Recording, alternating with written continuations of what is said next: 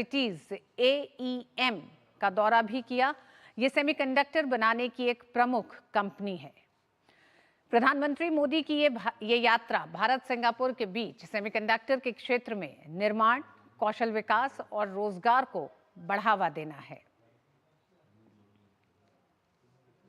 Skill development के तहत semiconductor facilities में काम कर रहे भारतीयों से भी प्रधानमंत्री नरेंद्र मोदी ने मुलाकात की।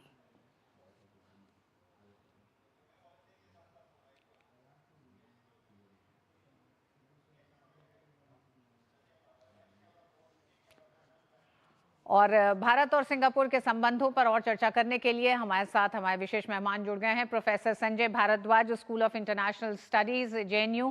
प्रोफेसर साहब, आपको बहुत बहुत स्वागत है। प्रोफेसर साहब, सबसे पहले तो शुरुआत इसी से करना चाहेंगे।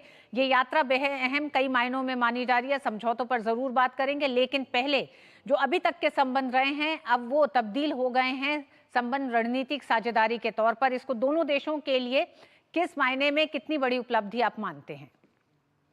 देखिए, निश्चित रूप से एक नया दौर शुरू होगा भारत और सिंगापुर के संबंधों में। जिस तरीके से प्रधानमंत्री नरेंद्र मोदी ने कहा कि सिंगापुर बहुत सारे विकासशील देशों के लिए एक प्रेरणादायी कंट्री है। भारत भी निश्चित रूप से सिंगापुर के साथ जुड़ना चाहता है, क्योंकि भारत का जो एक अपना एक एस्पिरेशन है कि हमको 5 ट्रिलियन इकोनॉमी बनना है, या विकसित भारत का जो एक विजन है 2047, उसको हमको अचीव करना है। तो उसके लिए सिंगापुर जैसा डेवलप्ड कंट्री, छोटा देश है लेकिन बहुत महत्वपूर्ण है। खासकर जो 4 क्षेत्र हैं जो भारत अपनी एक्ट ईस्ट पॉलिसी के माध्यम से उनके साथ जुड़ने का प्रयास कर रहा था, सभी साउथ ईस्ट एशियन कंट्रीज के साथ में, उसमें सिंगापुर भी है। कि हम हमारा जो कल्चरल कनेक्टिविटी है, जो हमारा लोस्ट लिंकेजेस है, उससे उसको मजबूत करना। दूसरा जो फिजिकल कनेक्टिविटी, जिसमें हमने ट्राई नेशन रोड कनेक्टिविटी, और उसको हम वियतनाम और सिंगापुर और पूरे साउथ ईस्ट एशिया के साथ जुड़ने की बात कर रहे हैं। लेकिन ये जो दौरा है, इसमें 2 महत्वपूर्ण जो पहलू है जो एक्ट ईस्ट पॉलिसी के पार्ट हैं, कि एक कॉमर्शियल कनेक्टिविटी की जिस तरीके से हम ट्रेड और इन्वेस्टमेंट को मजबूत करने के लिए, उसमें कॉपरेशन और कोलैबोरेशन के लिए हम सिंगापुर हमारे लिए बहुत महत्वपूर्ण है। आज लगभग $122 बिलियन का हमारा साउथ ईस्ट एशियन कंट्रीज के साथ में, आसियान कंट्रीज के साथ में ट्रेड है। उसमें जो सबसे बड़ा सेक्टर है भारत का, जिसमें सर्विस सेक्टर है, उसका सिंगापुर में बहुत महत्वपूर्ण योगदान रहा है। सिंगापुर की इकोनॉमी के लिए योगदान रहा है। जिस तरीके से भारतीय जो स्किल्ड लेबर फोर्स है, जिसमें इंजीनियर्स हैं, डॉक्टर्स हैं, हेल्थ सेक्टर या एजुकेशन, उसमें बहुत बड़ा कंट्रीब्यूशन। जो चौथा महत्वपूर्ण पक्ष है जिसमें प्रधानमंत्री नरेंद्र मोदी और जिसमें हमने MOU किया है, वो है कैपेसिटी बिल्डिंग। जो कैपेसिटी भारत का सबसे बड़ा जो एक अभी हम गैप हमको महसूस हो रहा है, कि हमको एक कैपेसिटी बिल्डअप करना है। और उसके लिए जो हमने समझौते किए हैं, खासकर जिस तरीके से प्रधानमंत्री Narendra Modi AEM holding limited semiconductor company में विजिट किया, वहां भारतीयों से मिले, तो निश्चित रूप से हम देख रहे हैं कि जो एक स्ट्रॉन्ग सप्लाई चेन है, जो एक स्ट्रॉन्ग मैन्युफैक्चरिंग हब बनता जा रहा है सिंगापुर, उसमें भारत कैसे सहयोग कर सकता है और भारत को कैसे कोलैबोरेट कर सकता है। क्योंकि सिंगापुर के पास 2 महत्वपूर्ण पक्ष नहीं है, कि एक तो बहुत बड़ा एरिया नहीं है, भारत एक बहुत बड़ा स्पेस सिंगापुर को प्रोवाइड करा सकता है। दूसरा, सिंगापुर के पास लेबर का प्रॉब्लम है, जो स्किल्ड लेबर फोर्स, तो भारत एक बहुत बड़ा एक फैक्ट्री है स्किल्ड लेबर फोर्स के लिए। तो ये कॉम्प्लीमेंट एक दूसरे को करेंगे। दूसरे जो सेक्टर हैं जिसमें डिजिटलाइजेशन की बात कर रहे हैं, या आप ये नॉलेज जो डिवाइड है जो कंट्रीज के बीच में, तो कोलैबोरेशन और शेयरिंग के माध्यम से, हम नॉलेज शेयरिंग के माध्यम से एक दूसरे की इकोनॉमी को कॉम्प्लीमेंट कर सकते हैं। जो तीसरा एक महत्वपूर्ण पक्ष है कि सिक्योरिटी का, और खासकर जो इंडो पैसिफिक रीजन में जो इमर्जिंग इंडो पैसिफिक स्ट्रेटेजी है, उसमें ग्लोबल पावर्स वहां पे आ रहे हैं, और एक तरीके से चाइना एक बहुत बड़ा फैक्टर इस इंडो पैसिफिक रीजन के लिए एक चैलेंज के रूप में देखा जा रहा है। तो सिंगापुर और सभी साउथ ईस्ट एशियन कंट्रीज के लोग भारत को एक बैलेंसिंग फैक्टर के रूप में देख रहे हैं, क्योंकि भारत की कोई भी नीति एक्सपेंस नीति नहीं है, और हम चाहते हैं कि जो इंडो पैसिफिक रीजन है वो peaceful open Indo Pacific region हो, और सभी को प्रॉपर नेविगेशनल राइट्स हो। तो भारत और सिंगापुर के बीच में जो साइबर सिक्योरिटी के क्षेत्र में जो एक एमओयू हुआ है, ये भी बहुत महत्वपूर्ण है। तो मुझे लगता है कि जो इन सब पहलुओं को देखते हुए भारत के प्रधानमंत्री नरेंद्र मोदी जी की जो यात्रा है, ये एक माइलस्टोन विजिट रहेगी, और इसमें जिस तरीके से वार्मली वहाँ के मिनिस्टर्स से, प्रधानमंत्री से, राष्ट्रपति से जो मुलाकात की, और जो इंडियन डायस्पोरा कम्युनिटी है उनसे मुलाकात की, तो निश्चित रूप से जो एक स्ट्रॉन्ग जो लिंकेजेस रहे हैं, सिविलाइजेशनल जो लिंकेजेस रहे हैं, वो अभी जो ट्रेड के रूप में होंगे वो और मजबूत होंगे। जैसे कि आप देखते हैं सिंगापुर मतलब जहां पे लाइन्स रहते हैं, और लाइन का अगर दुनिया में कोई देश है तो भारत है। तो भारत के और सिंगापुर के जो जो जो लिंक देख सकते हैं, उनके नाम से ही रिफ्लेक्ट हो रहा है। तो मुझे लगता है कि ये बहुत बड़ा एक भारत की जो प्रधानमंत्री नरेंद्र मोदी की यात्रा रही, हालांकि उनकी 5वीं यात्रा है जब से वो प्रधानमंत्री बने हैं, तो ये महत्व ये देश की अपनी महत्वता बताते हैं। लेकिन जो नए प्रधानमंत्री सिंगापुर के बने, उनके समय में पहली यात्रा है, पुराने प्रधानमंत्री से भी मिले, तो मुझे लगता है एक बहुत strong political diplomatic understanding Bharat और सिंगापुर के बीच में डेवलप होगा। और जो हम जिस क्षेत्र में एस्पायर कर रहे हैं, जिसमें मैंने कहा कि कॉमर्शियल कनेक्टिविटी और जो कैपेसिटी बिल्डअप, निश्चित रूप से दो इकोनॉमी बहुत मजबूत आएगी, और दोनों ही मिलके अपने अचीवमेंट को, अपने गोल्स को प्राप्त करने में आगे बढ़ेगी। जी प्रोफेसर संजय, जिस तरह से विस्तार से आपने एक तरह से दोनों देशों के संबंधों के विश्लेषण में कई ऐसे क्षेत्र जोड़े हैं जिनमें जब आप बात करते हैं कि आपसी दोनों का पॉलिटिकल डिप्लोमेटिक एक जो संबंध रहे हैं वो मजबूत हो रहे हैं, इस यात्रा से ये मील का पत्थर साबित होने जा रही है भारत और सिंगापुर के संबंधों में। तो क्या इस यात्रा के साथ जहां द्विपक्षीय संबंध मजबूत हुए, आर्थिक संबंधों को एक तरह से नए आयाम दिए गए हैं, ऐसे में अंतर्राष्ट्रीय संदेश भी क्या इस पूरी यात्रा में आप छुपे हुए देखते हैं? इसलिए कि प्रधानमंत्री ब्रुनई से सिंगापुर पहुंचे हैं, आसियान देशों को मजबूत करना, उनके साथ साझेदारी को मजबूत करना, और जब सिंगापुर को वो अपनी रणनीतिक साझेदार के तौर पर स्वीकारते हैं और बढ़ाते हैं अब रिश्तों को, तो एक बड़ा संदेश बहुत सारे देशों को भी है।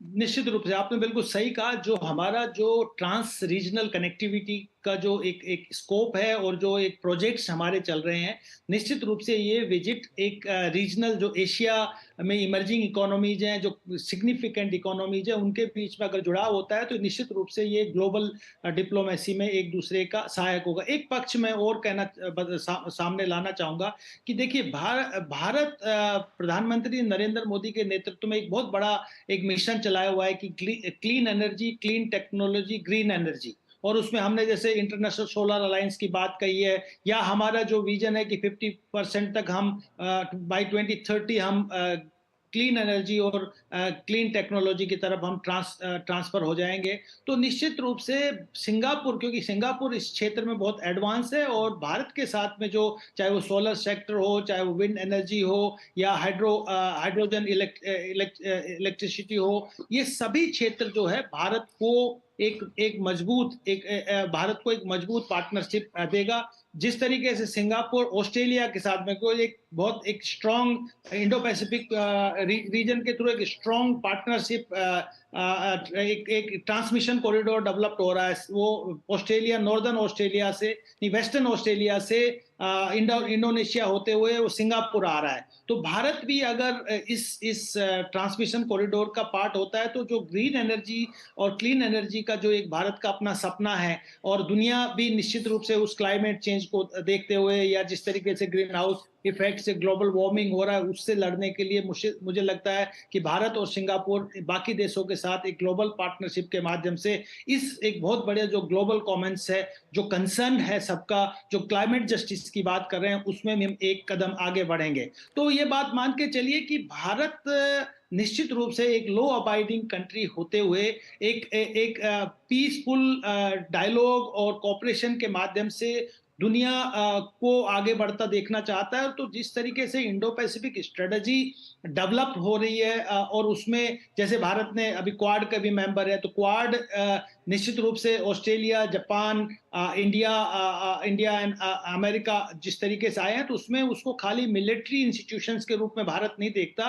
वो देखता है कि जो नॉन ट्रेडिशनल सिक्योरिटी इश्यूज है, जिसमें साइबर सिक्योरिटी है, एनर्जी कोऑपरेशन है, मैरीटाइम सिक्योरिटी है, बाकी जो पॉवर्टी है, जितने भी विषय हैं, उनको जी। भी क्वाड के माध्यम से भारत आगे बढ़ाना चाहता है। और उसका जो सेंट्रल फोकस एरिया है, वो निश्चित रूप से आसियान कंट्री है। और आसियान में भी जिस सिंगापुर जैसा डेमोक्रेटिक देश जो एक तरीके से ट्रांसपोर्टेशन और ट्रेड के लिए एक हब है, तो अगर वो इस स्ट्रेटजी में कंस्ट्रक्टिवली पॉजिटिवली शामिल होता है, तो निश्चित रूप से भारत के लिए और पूरे दक्षिणी पूर्वी एशिया के लिए एक बहुत बड़ा एक सहयोग, एक बहुत बड़ा एनवायरनमेंट क्रिएट करेगा। और जो जिस तरीके का एनवायरनमेंट साउथ चाइना सी में, क्योंकि साउथ चाइना सी में एक तरीके से फियर है कंट्रीज में, साउथ ईस्ट एशियन कंट्रीज का, पर्टिकुलरली जो चाइना का क्लेम है 9 डैश लाइन, वो अभी 11 डैश लाइन के रूप में हो गया। और जिस तरीके से चाइना अपना क्लेम करता है वहां के नेचुरल रिसोर्सेज में, तो मुझे लगता है कि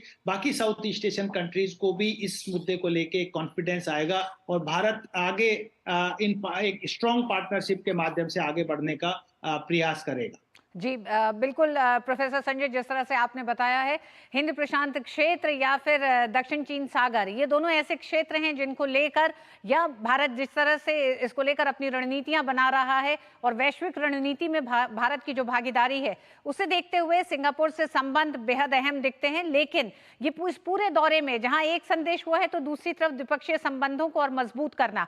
आपने रिन्यूएबल एनर्जी की बात की, रिन्यूएबल एनर्जी में सिंगापुर की उपलब्धियां हम सब जानते हैं। ऐसे में जब प्रधानमंत्री नरेंद्र मोदी, ऐसे दिन जब भारत में आज इंटरनेशनल सोलर फेस्टिवल की शुरुआत हो रही है, प्रधानमंत्री ये कहते हैं कि हम भारत में कई सिंगापुर बनाना चाहते हैं, तो इसका आशय क्या है? मतलब किन किन क्षेत्रों में हम सिंगापुर की उपलब्धियों को आने वाले समय में भारत में देखेंगे अपनाते हुए और उनको एक तरह से सफल होते हुए?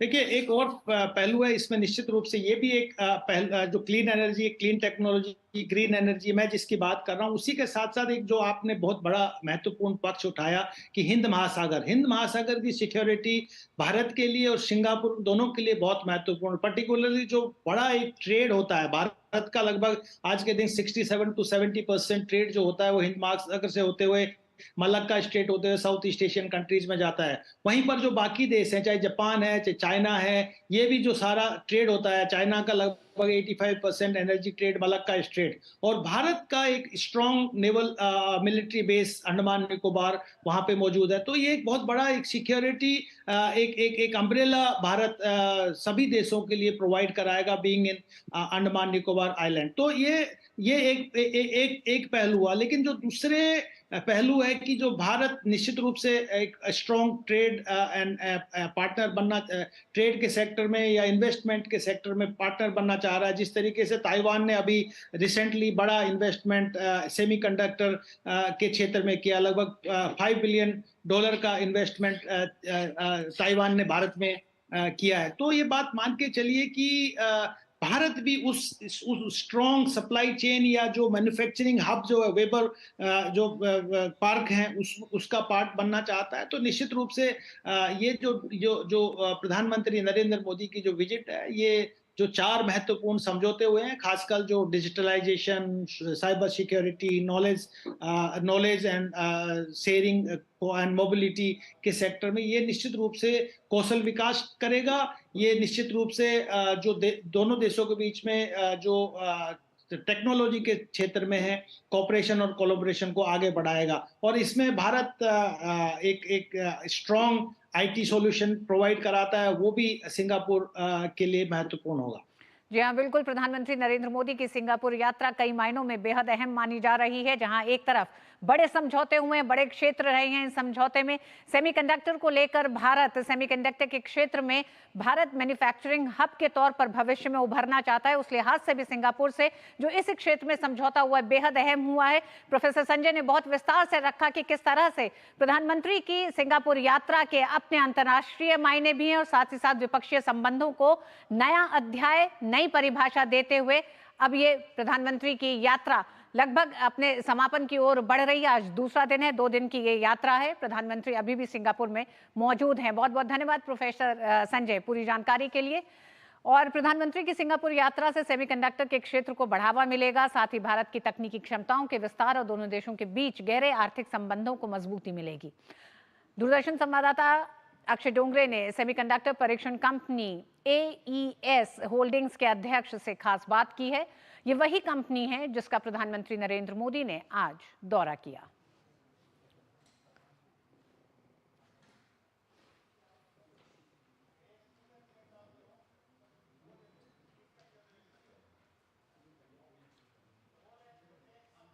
The Prime Minister of India is visiting Singapore, and one of the key highlight of this visit is going to be technology of semiconductors. In fact, we are at the AM Holdings, and we have the chairperson with us. Sir, thank you so much for speaking with us. How do you see the future as far as the relation between the two countries are concerned, and the role that semiconductors can play? Well, if you look at the Indian diaspora across the world, it's very clear to see that the leaders in semiconductors are there. How we can collaborate, obviously, this change in a way that impacts Moore's law and advanced packaging creates opportunity for both nations. Prime Minister Modi's visit here is very apt because that signals that symbiotic relationship where it starts with the business relationship, the investments. So all stakeholders have to benefit in these relationships. So you are part of the semiconductor industry in Singapore. How is the industry looking at the India's push as far as the ambitions to become a manufacturing hub? Well, it's absolutely the right push. There are two ways, and I call it two types of investments you got to make. One is the journey that Singapore took in terms of first getting into electronics manufacturing, assembly, making sure that the electronics demand is local in terms of its production, and then bringing the chips in from a logistics supply chain perspective. At the same time, building up the infrastructure for more advanced semiconductor manufacturing, which requires clean power, water, and then, of course, the ecosystem of chemical producers as well. So that will take time. Then there's the human capital development, right? So there has to be the technicians, the supervisors, the people who understand how to problem solve from a process improvement perspective and continuous improvement. That all needs to be built up in scale as well. In the